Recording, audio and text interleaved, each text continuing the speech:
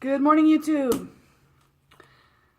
Hope you guys had a great weekend and the kind of Monday that didn't make you want to kill anybody or pull out all your hair.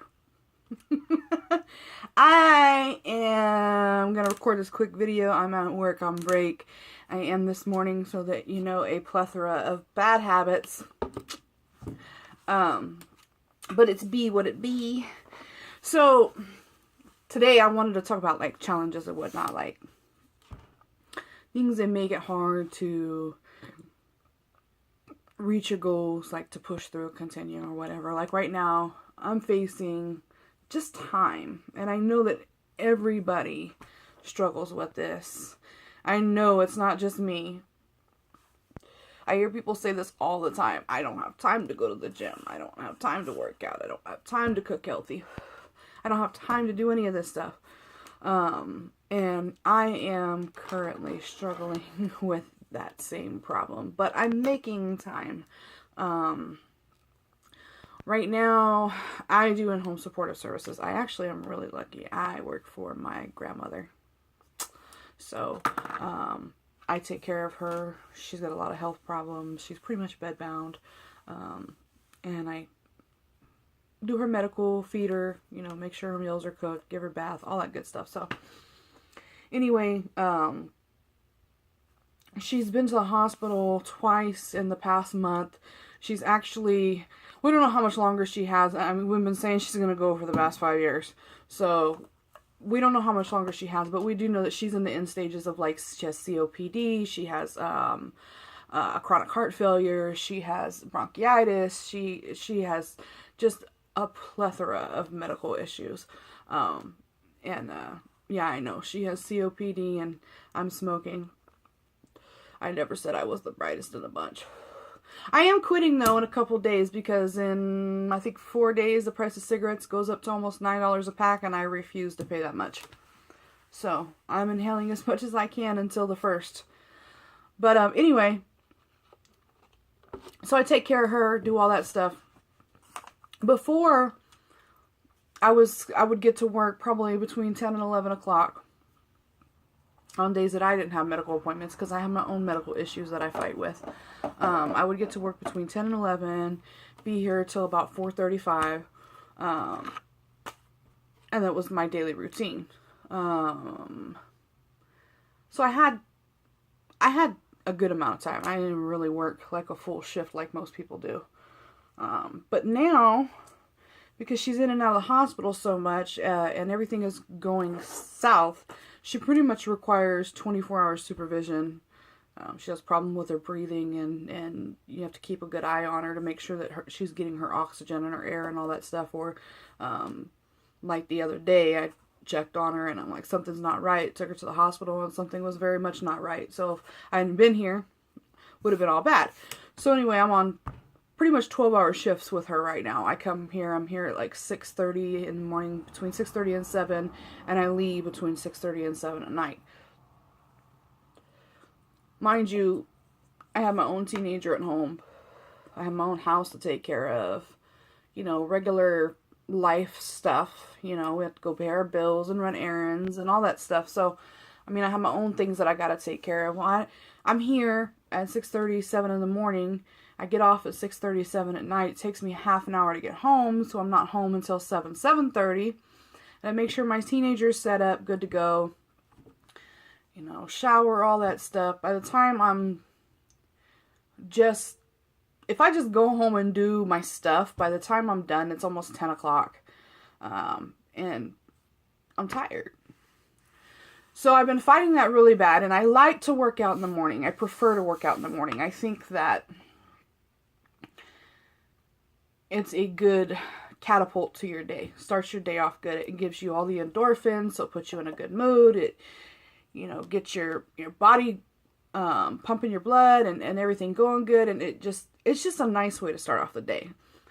However, in order for me to get enough of a workout to matter, or for me to feel like it mattered, I have to get up between 4 and 5, and I have been fighting that because I also have insomnia and I have sleep apnea, so I don't sleep very good, and it takes me forever once I get there, and sometimes it's really hard for me to get up.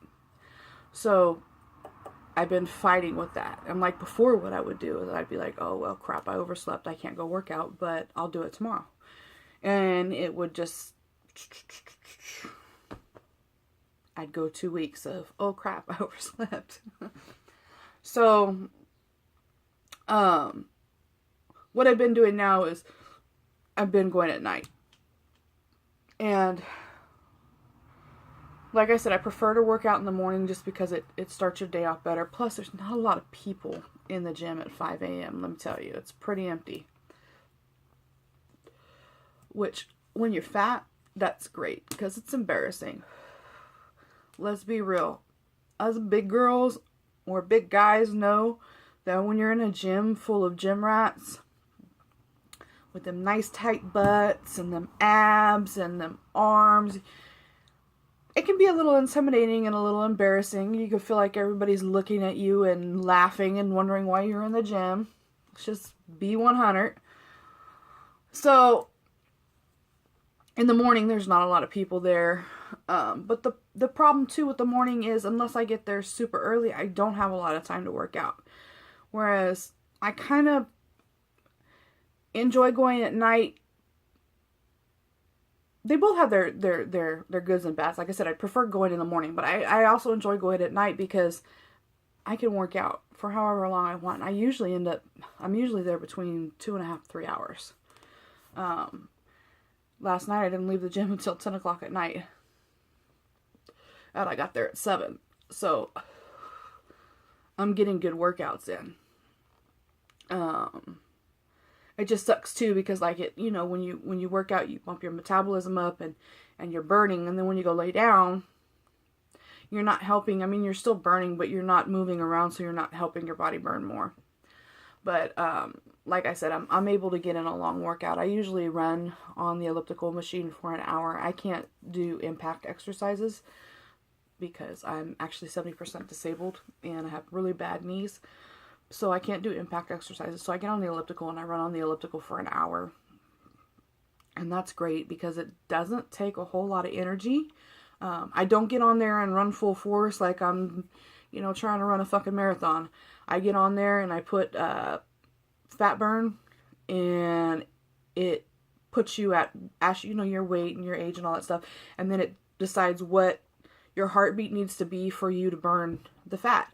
Well, what my heartbeat needs to be, I don't have to run fast. I run like 3 miles an hour. So I'm pretty much just in there coasting. But I do it for an hour, and I burn anywhere between 650 to 700 calories just off of the elliptical.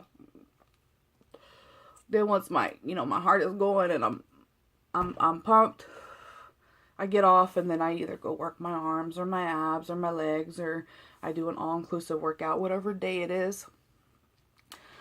So, anyway, point being, like, it's really easy. I know. It's really, really easy to be like, I'm just too damn busy. There's not enough hours in the day. I don't have the time. I can't fit it in. But if you want it, you're going to make it happen. And I'm over this. I've been this size for 16 years now, and I'm over it. I have a running joke that I used to have, because I had a breast reduction. So I have a running joke that I used to have 46 triple D boobs and a size 6 waist, and now I got a size 6 boob and a 42 triple D waist. And it's funny, but it's also, it hurts. It's painful, I'm not happy in my body. I don't feel comfortable. I don't like what I see when I look at the mirror. So I have gone years and years and years of, I'm going to work out, I'm going to exercise, I'm going to do this, I'm going to do that. And then I do it really good for a little bit, and I drop 20 pounds, and then I'm just done. I quit. I give up because things get hard.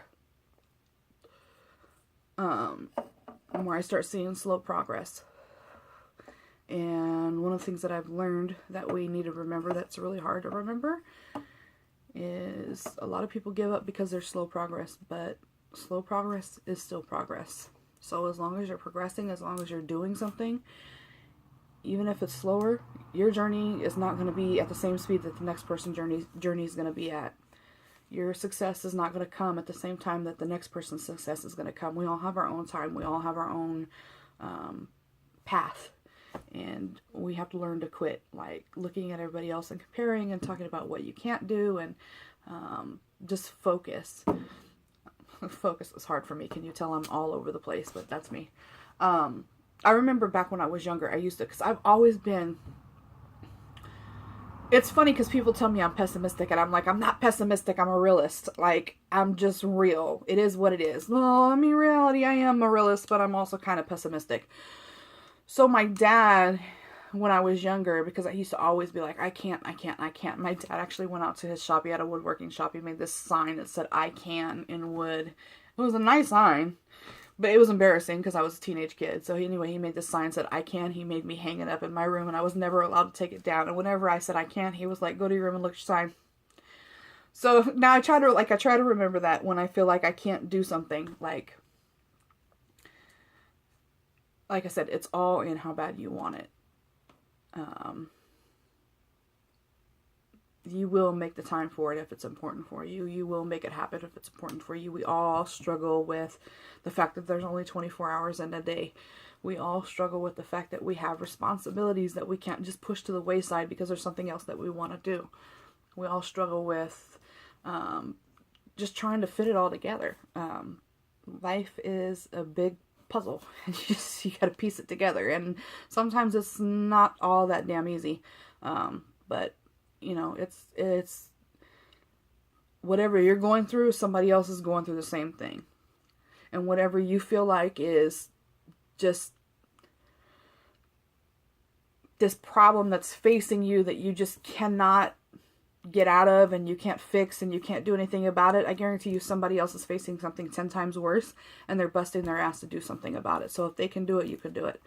But yeah, so just remember, when you feel like you can't, that you can. That's it. Bottom line, it's mind over matter, and that's the realest shit ever. It's mind over matter. If you want it, you'll make it happen. But yeah, so I went and I worked out last night, like I said, for like 3 hours, and I wanted to touch on something that I had talked about last week kind of real briefly, and I said I was going to talk about it in the next video, and I really didn't because I wanted to talk about this instead. But I do want to touch on it. Something that I learned talking to a trainer that I think is really important. When I work out, and I notice a lot of women do this. There's men that do it too, but a lot of women do this. We have this mindset that cardio is what's going to cause us to lose weight. And cardio is great for losing weight. Cardio is great for getting your blood pumping, getting your heart working, getting your lungs working. But the reality is what I learned and what has actually helped me out and made a big difference now that I know it. Because, yeah, I'm a chunky girl, but I was much chunkier. So my progress is slow, but I'm not quitting because I'm still progressing. But anyway, what I've learned is that cardio is great, yes, but the thing with cardio is once you stop running, you stop burning calories. So I run an hour and I burn about 650 to 700 calories, like I said. But once I get off that machine, I stop. With weights or the machines, actual exercises or whatever, where you're doing like resistance training and whatnot, you can actually continue burning calories for 72 hours after you stop working out because your muscles are rebuilding and working and all this. I don't know the ins and outs of it. This is just what I learned from a trainer and somebody that was I don't remember, whatever the name is, the person that studies the damn body. That's what I learned from them. That when you are working out, doing the resistance and whatever, it's something like I said, with the way your muscles go, you can burn calories for the next 72 hours, even though you're not still working out. And so, weight training, resistance training, all that is really important. And I know a lot of women like me, you can't really see too good in this video because I'm like kind of close to the camera. I don't like to go back because then you see all that. But anyway, I'm built like a freaking dude. Like I've got linebacker shoulders. I've got big arms. I'm not, even like some women, even though they're big, they're shaped like a girl. I am not. I am definitely shaped like a dude. So, the last thing that I want to do is build a bunch of muscle and look more like a dude. Real talk. Last thing I want to do. I want to end up with a nice body that looks feminine, get the nice booty, all that stuff. I don't want to look like a bodybuilder. Again, not downing anybody who does. There's a lot of women that want to be bodybuilders, a lot of women that are bodybuilders, and if that's what works for you, if that's what makes you, if that's what makes you happy, do it. Not for me. I don't care for it. So, and I know that a lot of women struggle with that because a lot of women don't want to look like that. But, so then a lot of women will be like, well, I don't want to do weight training. I don't want to do resistance training because I don't want to end up looking like a bodybuilder. So I'm just going to stay on cardio and I'm going to work cardio so that I can be where I want to be. But what you got to remember is you don't have to load up the machine. You don't have to push 40, 50 pounds. I get on there, like I said, when I do my hour of cardio, then I do an hour to an hour and a half of weight training or resistance training. I do it at 0. I don't put any freaking weight on the machine.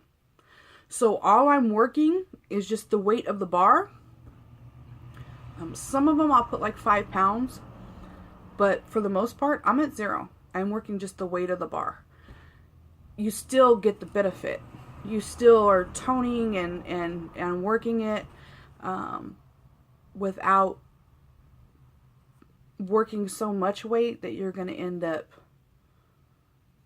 buff and muscular. Which, I mean, I'd like to be semi-muscular, but like, toned. Like, I don't want to be like swole.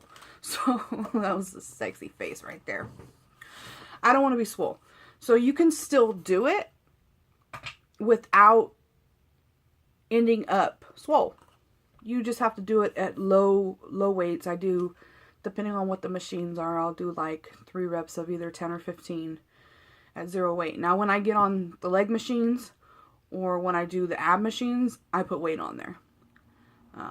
I've always had, even when I was big, I've always had super muscular legs, and that I actually kind of like. They're not like muscular, like bodybuilder muscular, but they're very muscular. And I have people ask me all the time, "Are you an athlete?" And I'm like when I get massages and stuff, they'll touch my legs and be like, "Are you an athlete?" And I'm like, "Dude, you see how fucking fluffy I am? Do I look like an athlete?" But for some reason, my legs have always just been strong, and that's the only thing that I like about my body. So I like to keep it that way. So I do put weight on my legs. I put weight on the ab machines just because I like for this to go away. And I would like to have 6-pack abs one day. Nothing like super defined and, super crazy, but just a little bit of definition. So anyway, I rambled on for 19 minutes now. Totally wasn't planning on doing that. I don't know if anybody even watches these things as long as I talk and I just ramble and ramble and ramble. So anyway, I'm out of here. Talk to you guys later. Have a great week. Tomorrow's hump day. Almost halfway there. Don't forget to love yourself. Bye.